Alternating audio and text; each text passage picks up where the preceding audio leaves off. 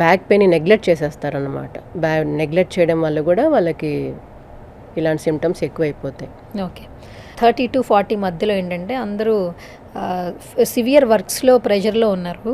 వాళ్ళు ఏంటంటే కింద కూర్చుంటే పైకి లేవలేకపోతున్నారు. అంటే హెవీ బాడీ కాదు, ఒక చోట ఒక అరగంట గంట కూర్చున్న తర్వాత చేతులు కాళ్ళు తిమ్మిర్లు వస్తున్నాయని చెప్తున్నారు. ఈ మధ్యకాలం చాలామంది చెప్తున్నారు. అవునండి. అంటే ఇది కాల్షియం డెఫిషియన్సీయా లేదా ఐరన్ లోపం అంటారా?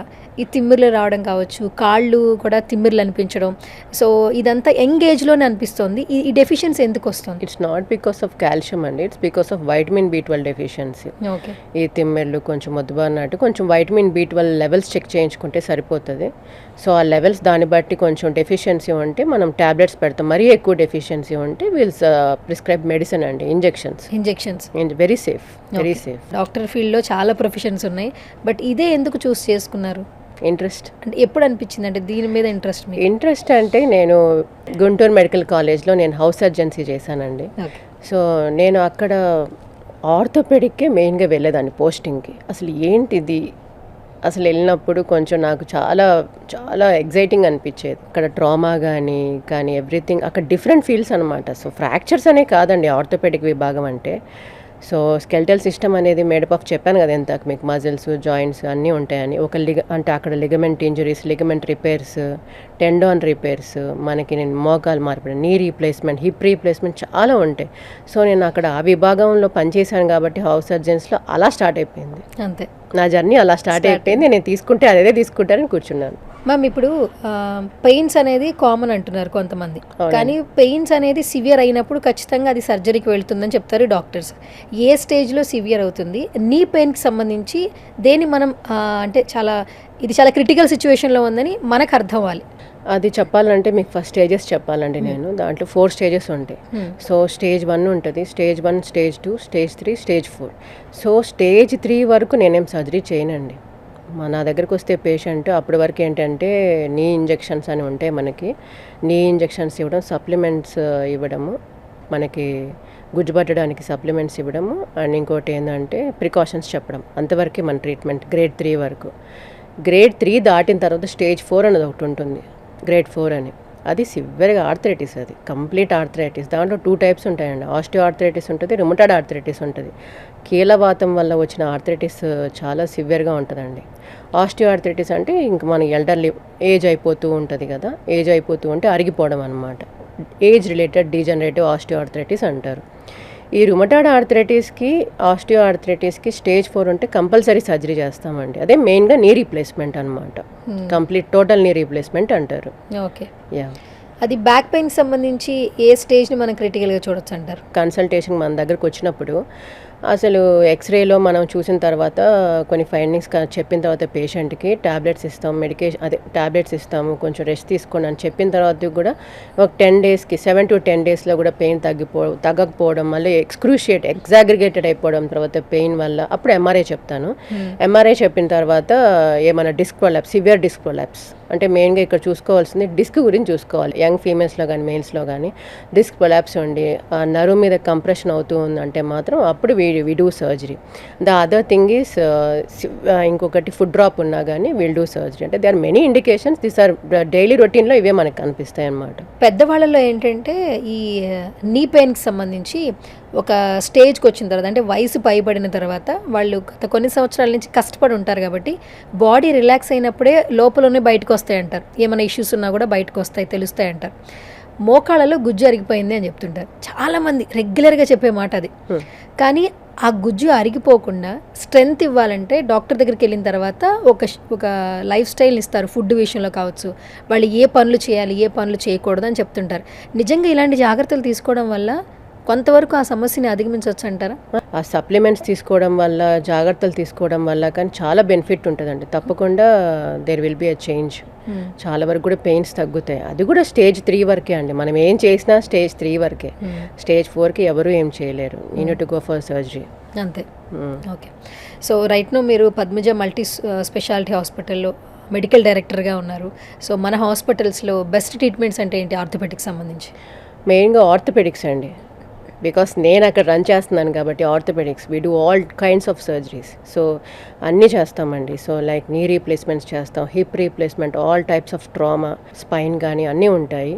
And next the best department is neuro surgery department. ఇంకా మెడికల్ బ్రాంచెస్ అన్నీ బాగా జరుగుతాయండి. గైనిక్ ఎవ్రీథింగ్ కూడా మంచి మన దగ్గర గైనిక్ కూడా అన్నీ బాగుంటాయి. Multi speciality. మీరు డాక్టరే అండ్ గౌతమ్ గారు డాక్టర్.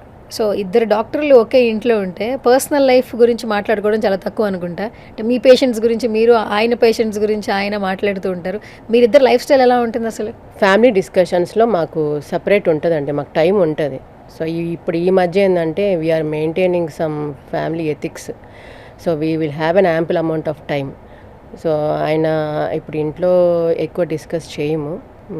అంటే ఉంటుందండి, తప్పకుండా ఉంటుంది. We are creating it, we need to create it. But ఏంటంటే నాకు ఎప్పుడు నడుస్తూనే ఉంటుంది. నైట్ ఎమర్జెన్సీస్, డిఎంఓస్ కాల్స్, అది ఎప్పుడు నడుస్తూ ఉంటుంది, తనకి నడుస్తూనే ఉంటుంది. బట్ మేమిద్దరం మాట్లాడుకోవడం తగ్గించేసాం. We're creating the time. Okay. And అందులోనూ ఇన్ని బ్రాంచెస్ ఉన్నాయి కాబట్టి ఖచ్చితంగా పర్సనల్ స్పేస్ అనేది తగ్గుతుంది. బట్ మీకంటే ఒక టైం అలొకేట్ చేసి. ఏంటంటే మేమిద్దరం వెరీ ఎయిమ్ఫుల్గా తయారయ్యామండి. చాలా ఏంటంటే ఈ సంస్థని కానీ మా ఆర్గనైజేషన్స్ని కానీ చాలా మంచి కాపాడుకుంటారు సార్, గౌతమ్ సార్ అని బాగా ఎక్కువ కాన్సన్ట్రేట్ చేసి ఫోకస్డ్గా ఉంటారు. నేను కూడా అలా మారిపోయాను. బేసిక్గా చాలా ఫోకస్డ్ అయిపోయాను. పనిలో వర్క్ చేసేటప్పుడు వెరీ ఫోకస్డ్. ఓకే. సో ఇంకొక ఇంపార్టెంట్ క్వశ్చన్, ఇప్పుడు ఈ మధ్య కాలంలో ఫీమేల్స్లో ఈ మెడికల్ ఫీల్డ్లోకి రావాలని చాలామంది ఇంట్రెస్ట్ చూపిస్తున్నారు. సో మీరు వాళ్ళకి ఏమైనా సలహాలు, సూచనలు ఇస్తారు? ఇది ఒక మెడికల్ ఫీల్డ్ అనేది ఒక గ్లామర్ కాదండి. మెయిన్గా ఇది ఒక రెస్పాన్సిబుల్ ఫీల్డ్. అండ్ గౌరవం కూడా మీరు అప్పుడే ఎక్స్పెక్ట్ చేయకూడదు. ఇది చాలా రెస్పాన్సిబుల్గా ఉండాలి. ఇది ఇప్పుడు నాకు ఎక్స్పీరియన్స్ వచ్చాక నేను చెప్తున్నాను. అంటే ఇప్పుడు యంగ్ పీపుల్ ఉన్నారు కదా, who are going to join in MBBS, కానీ నేను ఒకటే చెప్తాను, మీరు చాలా ఫోకస్డ్గా ఉండాలి. మీ లైఫ్ మీరు కొంచెం సాక్రిఫైస్ చేసుకోవాలి, కాంప్రమైజెస్ ఉంటే తప్పకుండా. సో ఇవన్నీ కూడా మీరు ఆలోచించుకొని మెడికల్ ఫీల్డ్లో దిగాలి. నేనేం భయపెట్టట్లేదు, కానీ బట్ రెస్పాన్సిబిలిటీ కానీ సాక్రిఫైసెస్ కానీ కంపల్సరీ ఉంటాయండి. ఈ స్టేజ్కి రావడానికి నేను గొప్పగా చెప్పట్లేదు, బట్ అందరు doctors, I salute to every doctors. Being a doctor, I salute to every doctors. అందరూ చాలా కష్టపడి పాపం ఈ ఒక స్టేజ్కి వచ్చారంటే మాత్రం ఎంతో కృషి లేనిది ఎవరు రారండి. చాలా సాక్రిఫైసెస్ ఉంటాయి ఈ ఫీల్డ్లో మాత్రం. ఓకే మ్యామ్, డైలీ చాలామంది పేషెంట్స్తో ఇంటరాక్ట్ అవుతారు, కమ్యూనికేట్ అవుతూ ఉంటారు. బట్ ఇన్ని సంవత్సరాల్లో చాలామంది పేషెంట్స్ని చూస్తూ ఉంటారు. బట్ కొన్ని మెమరీస్ ఉంటాయి, అంటే కాంప్లిమెంట్స్ ఉంటాయి. సో అప్పుడు ఆ టైంలో ఏంటంటే మనం పడిన కష్టం అంతా మర్చిపోతూ ఉంటాం. సో మెమరబుల్ కాంప్లిమెంట్ ఏంటి ఈ 12 సంవత్సరాల జర్నీలో? ఈ కాంప్లిమెంట్స్ అనేవి ఇస్తూనే ఉంటారండి. మంచిగా ఉంటే కాంప్లిమెంట్స్ ఉంటాయి, ఏమన్నా కానీ అయితే మాత్రం కాంప్లిమెంట్స్ కూడా ఇవ్వరు. మీకు తెలిసిందే కదా. బట్ ఇప్పుడు యాజ్ గాడ్స్ గ్రేస్ ఇప్పుడు వరకు అయితే I'm very successful. And because ఒక స్టోరీ చెప్తానండి ఇప్పుడు. అంటే we get patients from periphery also. And periphery అంటే కొంచెం మనకి తాండూరులో కానీ కొన్ని ఏరియాస్ నుంచి మనకి కేసెస్ వస్తాయి. అలా ఎలాంటి కేసెస్ వస్తాయంటే కాలు కూడా విరిగిపోయి బోన్ బయటకు వచ్చేసి, మజిల్స్ అన్నీ బయటకు వచ్చేసి, ఆర్టరీ కూడా మొత్తం డ్యామేజ్ అయిపోయి, నరాలు కూడా కట్ అయిపోయి వస్తాయి కేసులు. అలా మనం చాలా చేస్తాం. సో అలాంటి కేసెస్ ఏంటంటే 2 స్టేజెస్ ఆఫ్ సర్జరీస్లో చేస్తామన్నమాట. బయట ఫస్ట్ ఏంటంటే మంచిగా క్లీన్ చేసేసి, కాళ్ళంతా నీట్గా క్లీన్ చేసేసి, అంటే ఇప్పుడు ఇఫ్ దెర్ ఈస్ నరాలు అలాంటి ఇంజరీస్ ఏం లేకుండా ఓన్లీ బోన్ ఇంజరీ ఏమన్నా ఉన్నప్పుడు సో మంచిగా క్లీన్ చేసేసి, రాడ్స్ బయట నుంచి వేసేసి, అదొక స్టేజ్ అయిపోయిన తర్వాత 6 వీక్స్ అయిపోయిన తర్వాత మనము ఒరిజినల్ సర్జరీ చేస్తాం.